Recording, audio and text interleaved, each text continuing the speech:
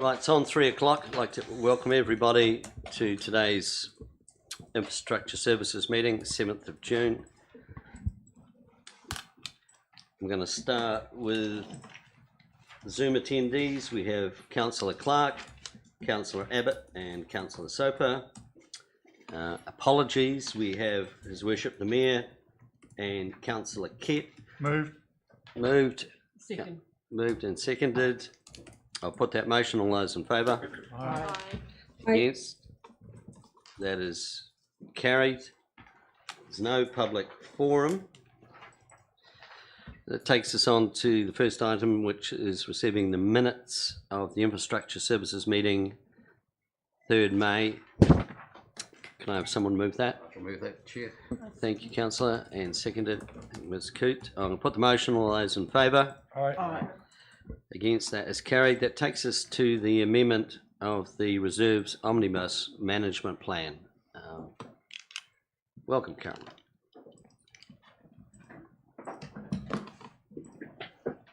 Good afternoon.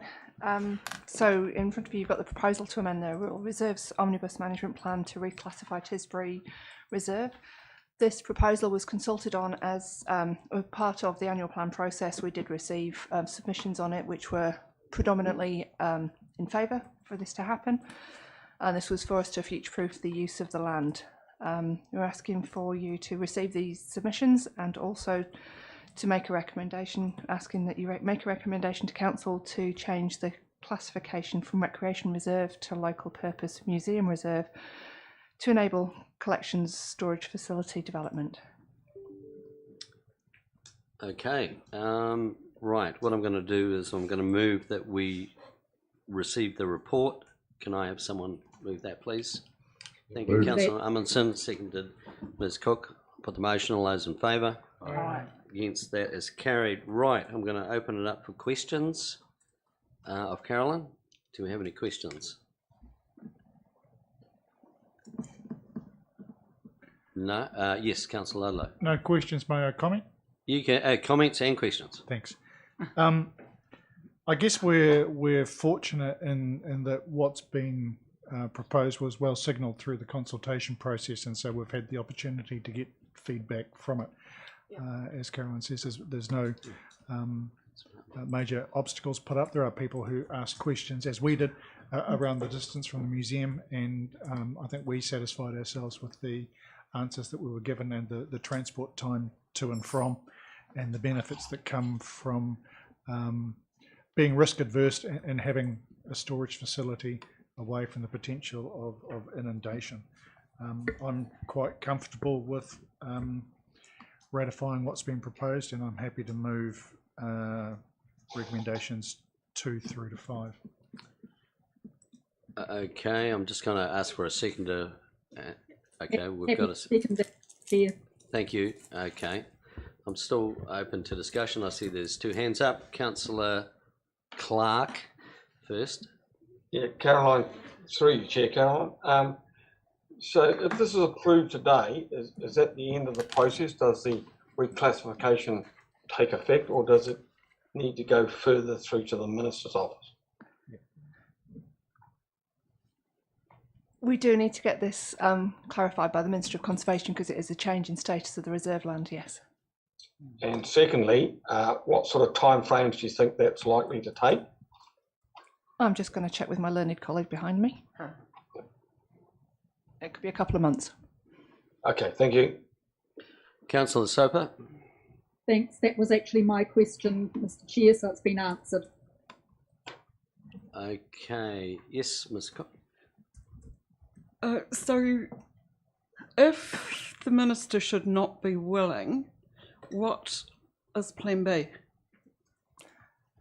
So this proposal is for reclassification of Tisbue Reserve. Tisbue Reserve would stay as a recreation reserve. And so from a Parks and Recreation perspective, we don't have a Plan B at the moment. So if you're looking at museum storage, that's another question, Evelyn.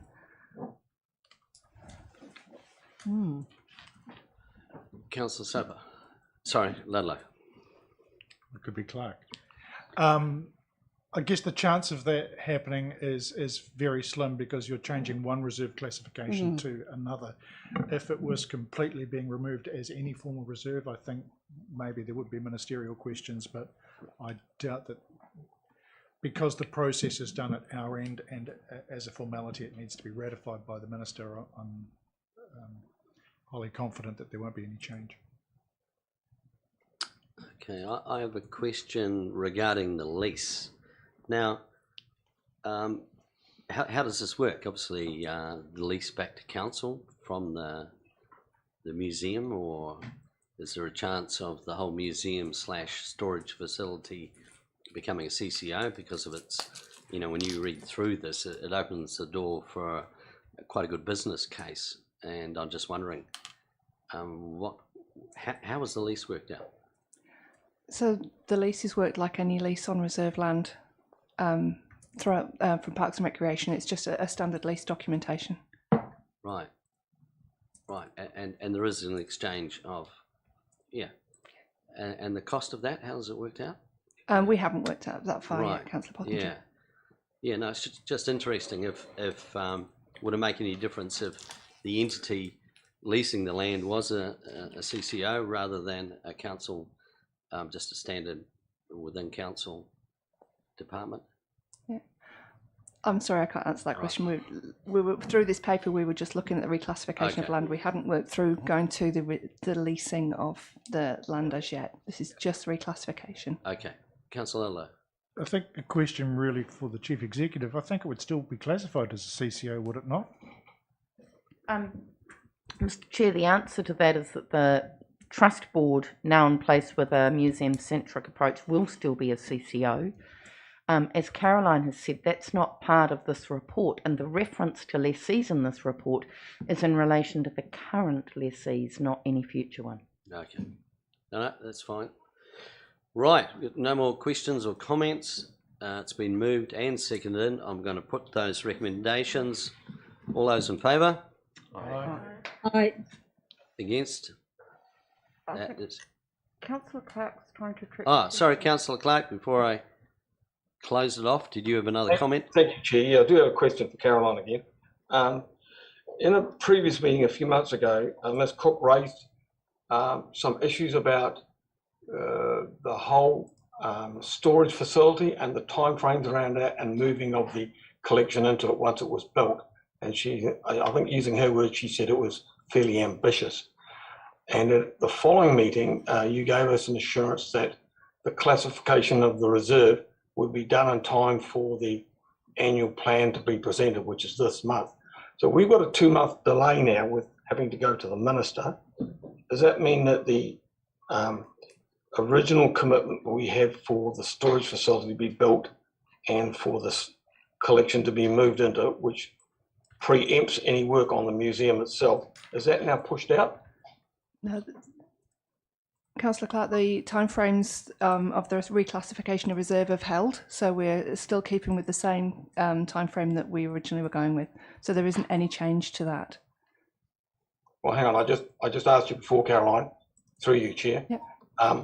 Whether there was any more steps. The annual plan's adopted this month, and so you're saying that we haven't got the reserve changed for another 2 months at the minister's discretion. We've just got Steve online here with his hand up. We can't see you, Steve, but oh, yes, we can.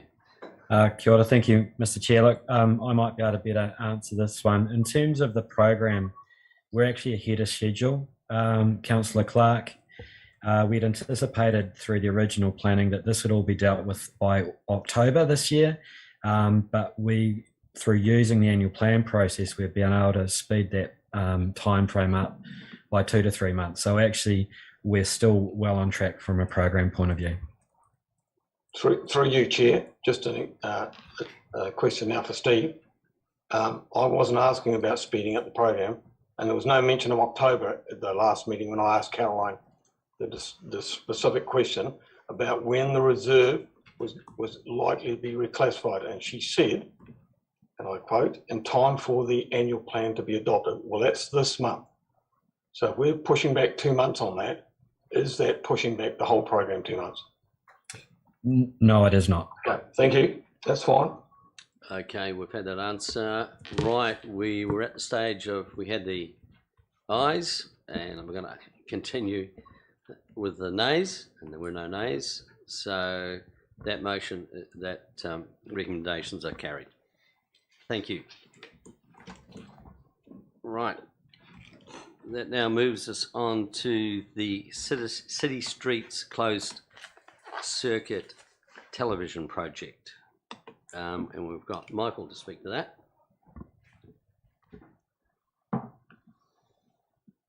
Thank you, through yourself, Chair. I'm going to take the report as read.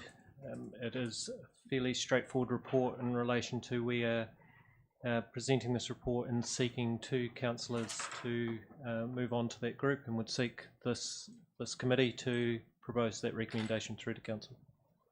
I'll move. Okay, so the first thing is to receive the report. That's moved Councillor Abbott. Can I have a seconder? Thank you, Ms. Coote. I'll put that all those in favour. Aye. That is carried. Right. So what I'm going to do is I'm going to ask for volunteers for this committee.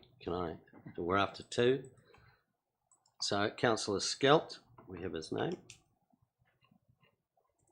Councillor Lewis. Councillor Clark, do you wish to put your name forward? Actually, I wish to put your name forward, Chair. I think with your technological background, you'd be an ideal candidate for this. Look, thank you for that, but I actually see myself as chair as really more of an accountability role in that this committee, the CCTV committee, will report back to this committee, and that's where I see my role. Yeah. Thank you, though. Chair, I'd If like it to was add that. Mr. Chair, I'll put my name forward. Okay, Councillor Soper as well. I was just saying, Chair, that I put my name up to fill the void. If someone has got a absolutely keen desire and prefer to go on rather than me, I don't mind, but I would quite like to be on anyway. Oh, okay, so I will give you the choice, Councillor Lewis. We have Councillor Skelt and Councillor Soper. Would you be okay for those two? It doesn't need to go to a vote if someone really desires it. Right. That's fine. Okay, well, that saves the voting then if you withdraw. Okay, well, there's no other. Well, So that the second leaves motion, us- Chair, is that we confirm Councillor Skelt and Soper as the council appointees. Yes, that's moved. Councillor Crackett, seconded Councillor Ludlow, so that Councillor Skelt and Councillor Soper are appointed to this committee as council reps. And they join 9 other people, but one thing that hasn't been confirmed is that the prior meeting, there was talk of iwi, was it a warden or something? It wasn't listed on that last meeting. Yeah, I suggested a Māori warden. Yeah, correct, right. So would you wish to add that as well? This is the opportunity to add I such think a person, then I would like do to we need an amendment, move or that. are you happy if we? Michael? Through yourself, Chair, you could make that as an recommendation. So Yeah, and add a third. So if we put that as But sorry, wasn't Māori wardens included in the first? no, it was omitted in the first one. It was community patrol was in the first one, Ah, but not yeah, Māori okay. warden. Yeah. Thank you. Yeah. suggested that we add Yeah. Māori wardens. So that takes it. And name to be confirmed. Yeah, name to be I can confirmed. confirm that for you now, if you like, as the chair of the Māori Wardens. Oh.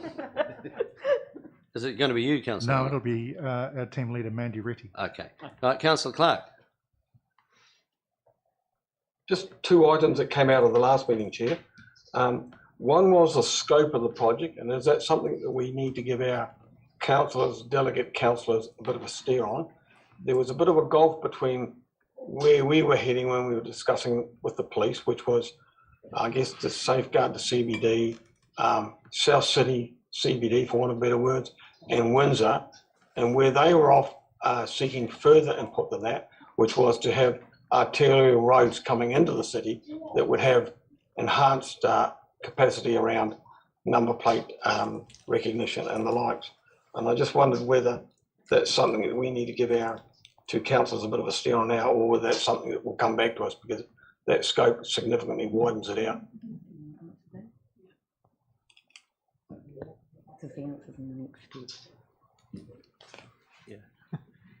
Through yourself, Chair, that would come back in relation to next steps, in relation to CCTV. Yeah.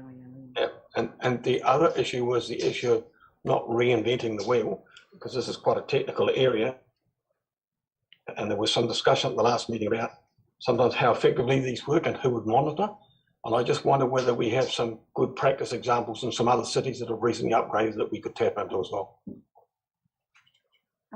Mr. Chair, if I could just say to the committee, the next steps refer to an investment logic mapping exercise, and I am reminded that one of the committees of council, I'm not sure whether it's this one or risk, that has been advised that after undergoing those sorts of projects, there's a much tighter sense of what it is that you're really looking for and the benefits that will be gained from that.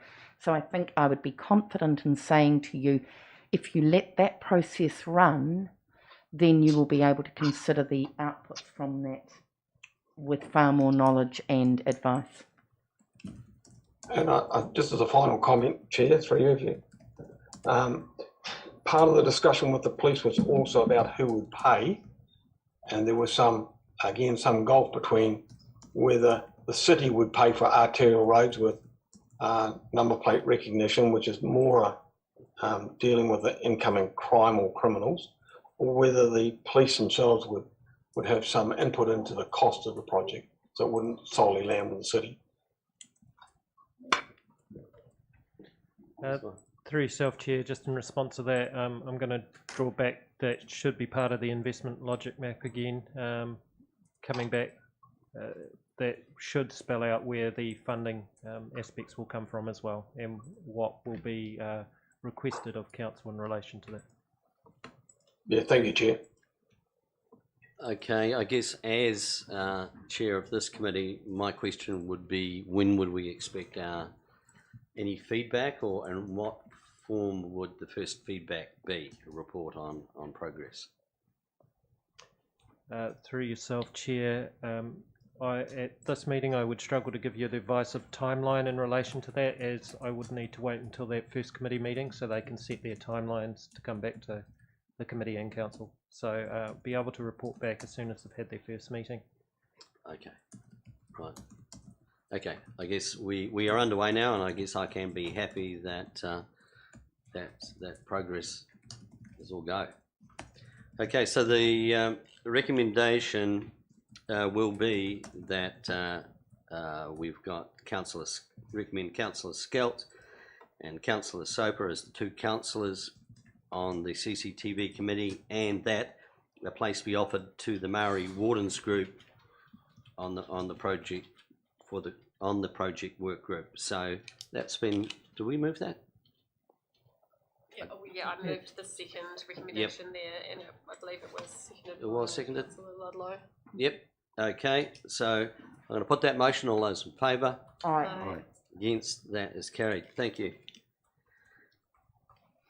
Now we have the city's submission to the MFE on recycling systems, and that, who was speaking to that? Is that Steve, or is that's Steve? Yeah, thank you. Through you, Chair. Look, this is just following on from an earlier workshop, just receiving the submission that staff have made on behalf of City Council to MFE, and just noting that your councillors Pottinger and Clark approved that submission, or had a view of the submission prior to us sending it off. Right. Any questions or comments? Councillor Ludlow. Just as a comment to commend those who've been involved in putting this together. I think it reflects some of the concerns that were expressed when the subject was raised. It is simply a submission, and I'm comfortable with how council's being represented in it. Councillor Clark. Thank you, Chair. Just one thing I think that's actually missing with hindsight is that, because this is really giving a bit of advice to the ministry, is that we've not reflected that our recycling contract at the moment is about to open a plastic pelletising plant. It's in the report. Unless I've missed it somewhere. Yeah, I believe I saw it in the report where it was referred to the fact that we had both bailage and pelletising ability here in Southland. Okay. Yep. Thank you. Okay. Any other questions or comments? Right, we've got 2 recommendations that we receive the report and notes that the submission has been approved by 2 learned people in order to meet the submission deadline of 22nd of May 2022. Moved, seconded. Ms. Coote, I'll put that motion. All those in favour? Right. Against? That is carried. It takes us to the activities report where we have some quite technical roading matters. Michael. Thank you, Councillor. I'll hand over to my colleague to start in relation to the leisure and rec component. Richard.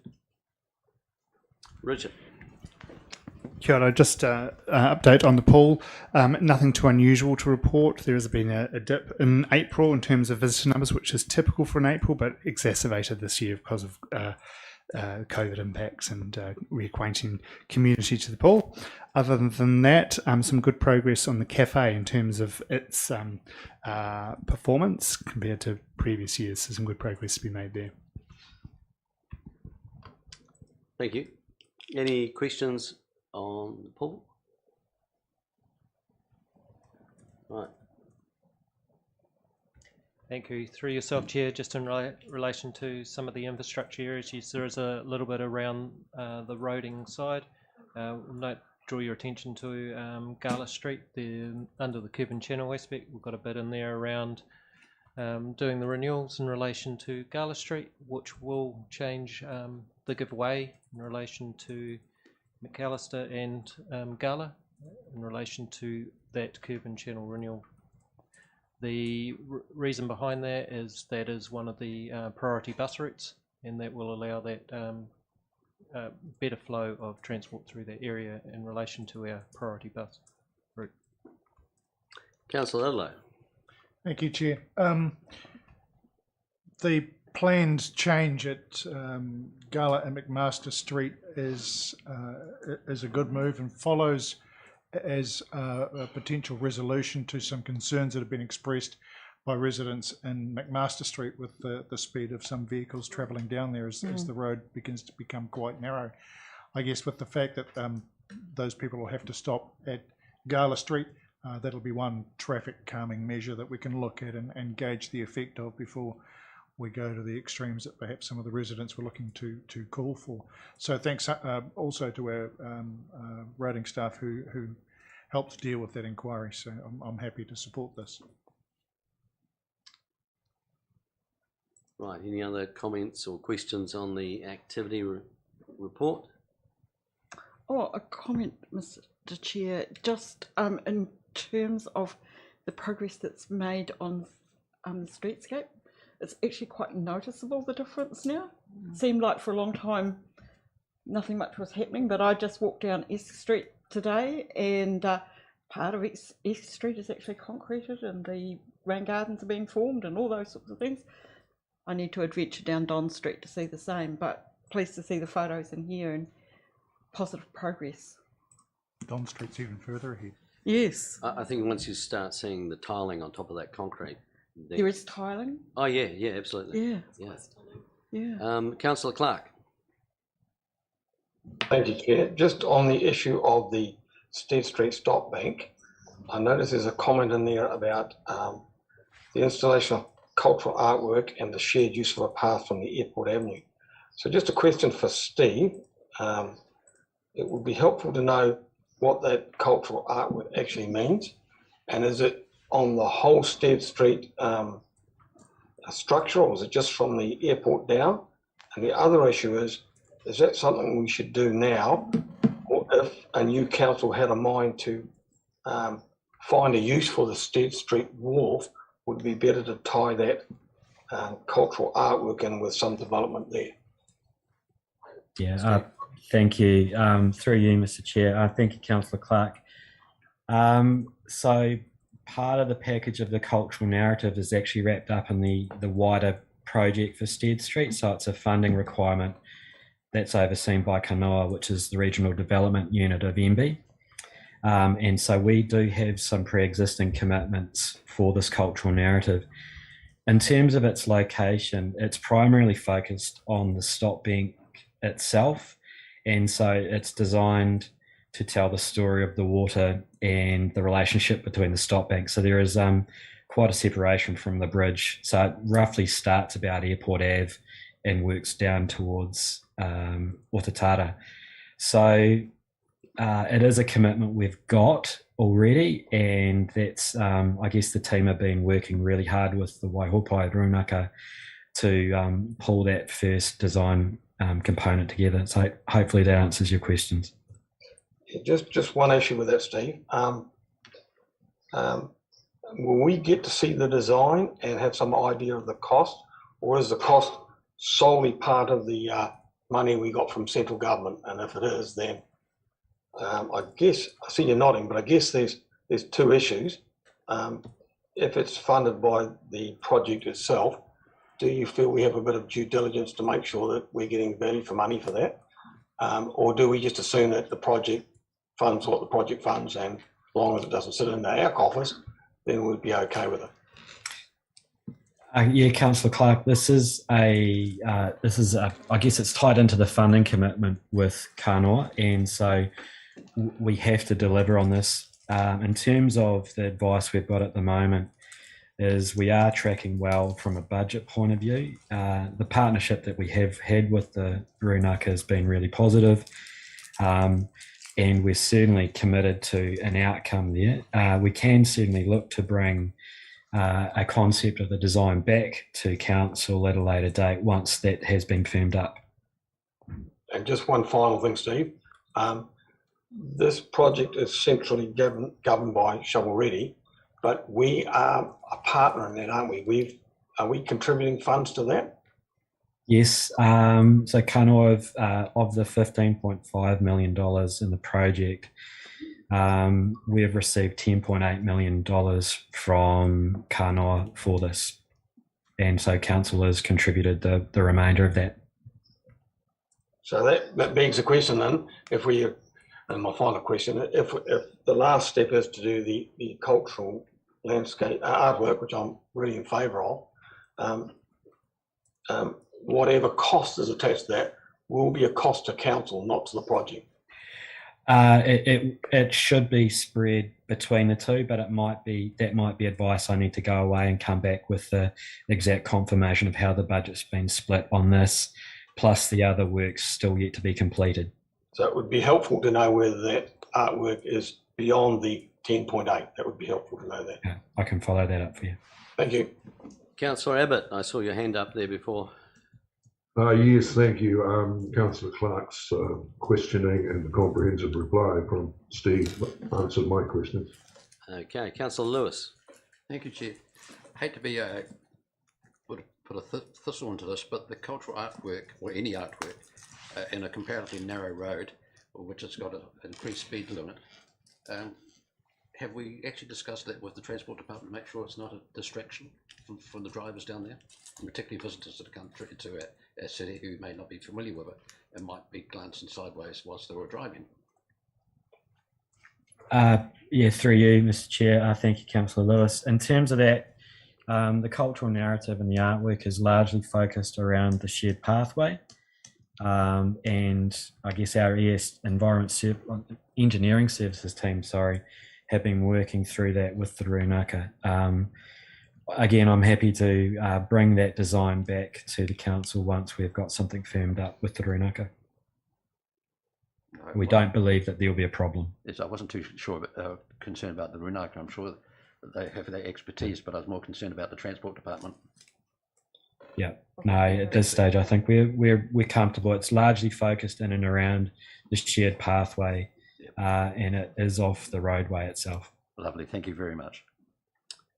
Steve, I have a question. It's regarding Airport Avenue. Now, it's not the most beautiful Airport Avenue when you're arriving into the city, but it has a lot of potential to become something quite amazing with, you know, a tree-lined avenue. But what is the master plan beyond making it more friendly for walking, cycling? Is there a master plan to actually make it something with selected trees down either side, that when you either driving or coming from the airport, you know, it's quite spectacular, rather than the sort of I'm not sure, in my mind, looking you know, roadside stuff we have. Yeah, through you, Chair, we are working on the design at the moment. We have received some tenders back for the actual works. We're just finalising the costs and that engagement. Again, I'd be happy to bring something back to the council in terms of what that design looks like. We are mindful of the overall budget cost, and we are keeping within that, and I think that's the track we are heading in terms of budget at the moment. And a design has been developed, built around creating that shared pathway. It is largely leaving the existing plantings as much as we can intact. That's about as much of the design as I've seen. I'll need to come back with more advice on that. No, that's okay. I've just had quite a few comments about that, you know, that vista when you're arriving, and it potentially could be so much more, but no, that's another subject. So thanks for that. Right. The recommendations are that we receive the report.